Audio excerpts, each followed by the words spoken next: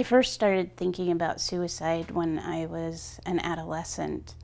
Kind of what led into me having those thoughts is that as a child I had experienced child sexual abuse. And at that time I didn't understand that that can be a common experience for people who are experiencing trauma, to sometimes have suicide ideation as an effect of that.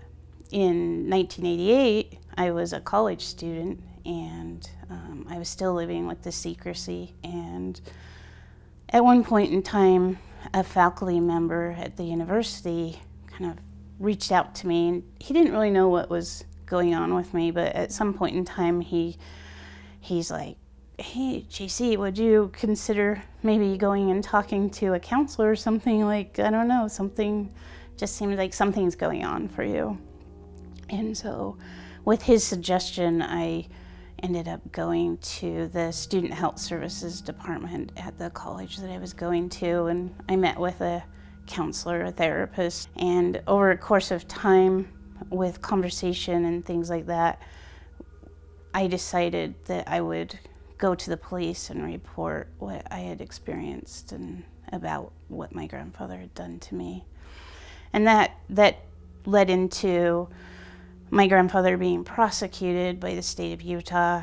And on the day that I testified in court, a family member had called me on the telephone and we were having this conversation. And during that conversation, that person had said something to me like, "Well, you weren't a little kid all of the time." And it just sounded like they were blaming me for what had happened. And later on that day, I found myself in an active suicidal crisis.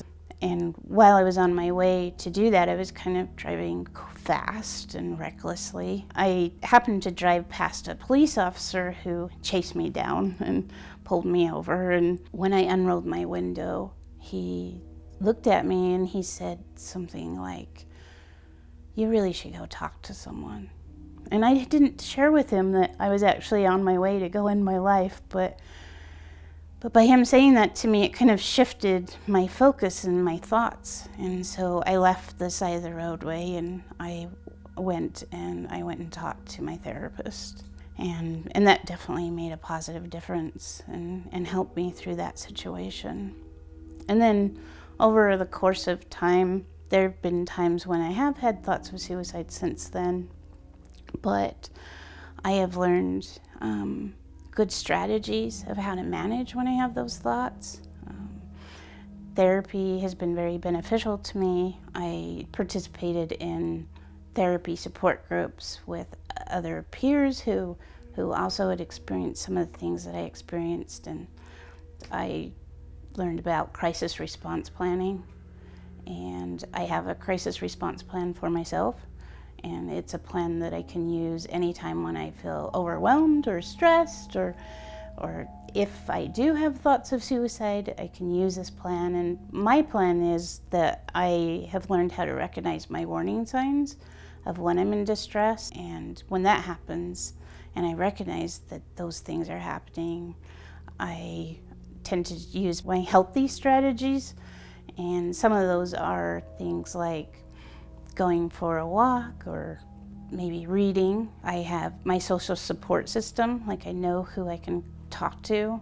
And my personal life is going really well. I have wonderful friends and family and a spouse. And currently I'm a licensed clinical social worker, and I'm the director of crisis services at a university.